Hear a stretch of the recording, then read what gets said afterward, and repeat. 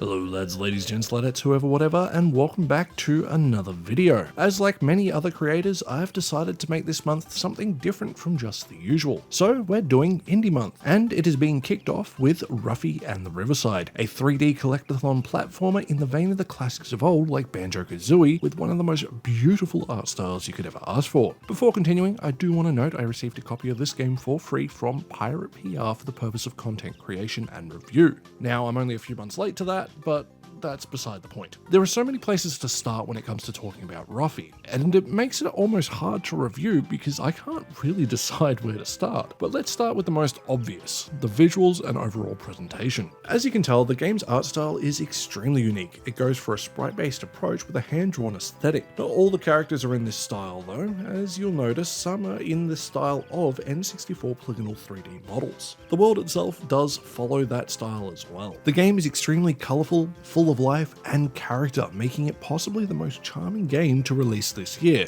at least from what I've played. But it's not all rainbows and sunshines, as the game has several locations that uses different visual aesthetics, from a farm to icy mountains, a tropical island to the land of the dead. The game has a fair amount of locations for you to visit, and none of them overstay their welcome. There isn't much more that I could ask for when it comes to the game's visuals, other than resolution options in the menu. Granted, it's scaled perfectly both for a 1080p monitor and my 1440p monitor, but it's an auto mission in the options. Now, thankfully the game is not overly power hungry and will run on pretty much anything. According to Steam, it can run on computers all the way back to Windows 7, though I don't know how well that'll go, but as long as you got a basic gaming build for these days, you're probably in business. The game's audio is also a throwback to the golden era of 3D platformers on the Nintendo 64, with simple yet catchy tunes throughout, while also having some really fun, upbeat, more hip-hop style songs that will play to really level up the game's energy, especially while you're on a hay bale. Voice acting isn't what I would say is this game's strongest suit, but again, it's done in a way to emulate that N64 time, more with simple grunts and sounds making up the dialogue, so prepare to read, but not as much as you might think. Thankfully, most of the conversations throughout the game are pretty quick, so you don't have to spend a lot of time smashing through dialogue boxes. However, I will say towards the end, it can get a little cutscene heavy over the gameplay, but that's just a personal preference thing. Moving into the gameplay, this is where Ruffy really starts to shine. Being a 3D platformer, it will have everything you would expect, from super tight controls, the ability to sprint, glide, attack, spin attack, butt slam, and the most impressive thing, swap. Swap? What the hell is that, you ask? Well, it's the key mechanic of the game, allowing you to grab either a texture such as sand, water,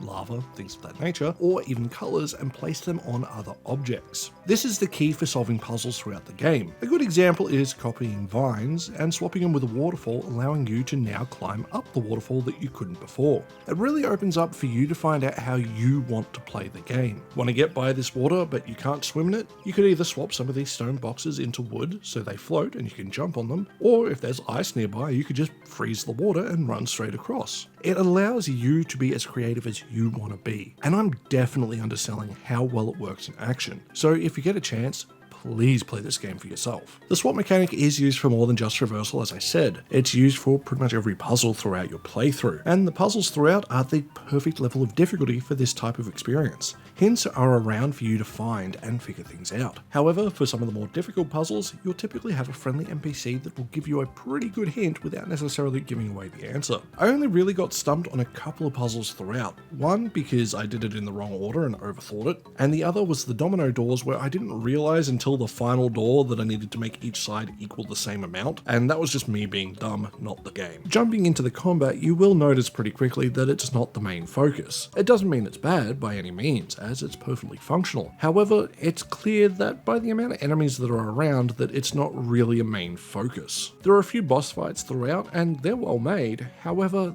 you don't really need to engage with enemies that often, making for quite a laid-back experience, and I really appreciate it. Don't get me wrong, I enjoy my action-adventure games, but being able to just sit down and play a game where I don't really have to worry about not getting killed is quite nice.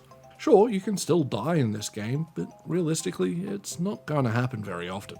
Now, typically I would move into the story here, and I will give a brief overview, but I'm not going to dive into things as I don't want to spoil this experience because I think it is something you should play. Essentially, Ruffy and the Riverside story revolves around Ruffy's adventure trying to stop the evil Groll after being accidentally released by Ruffy, while also restoring the magical Riverside sign. Groll as a villain is somewhat basic, but suitable for the plot, and honestly makes me want a prequel or even a sequel exploring his character and history more, because one thing this story does stupidly well is the world building. We learn so much about the roles that the different races and animals have played throughout the creation of pretty much everything, and it makes for a truly engaging experience, all the while having some absolutely bonkers twists and turns, making it truly memorable. The last thing for me to touch on are the amount of different side activities for you to partake in, because although I've already talked about the core gameplay loop, Ruffy is a collectathon at the end of the day, meaning we have a ton of things to find and interact with. From coins that we can use to buy hearts, dreamstones, butterflies, and the cutest little guys, the Etoi, there are tons of things for us to find hidden throughout the world. Beyond them, you have pattern potatoes, bale races, and other puzzles for you to solve throughout.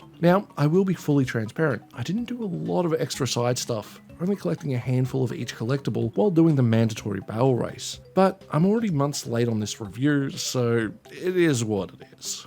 Overall, the game is extremely well polished and ran incredibly well. I only had one bug throughout my entire experience, and that was because I'm an idiot, not the game. It's a great time for anyone of pretty much any age, and it's something that would come as no surprise that I highly recommend. And as a special bonus, during the credits you might notice the name of the most handsome content creator around.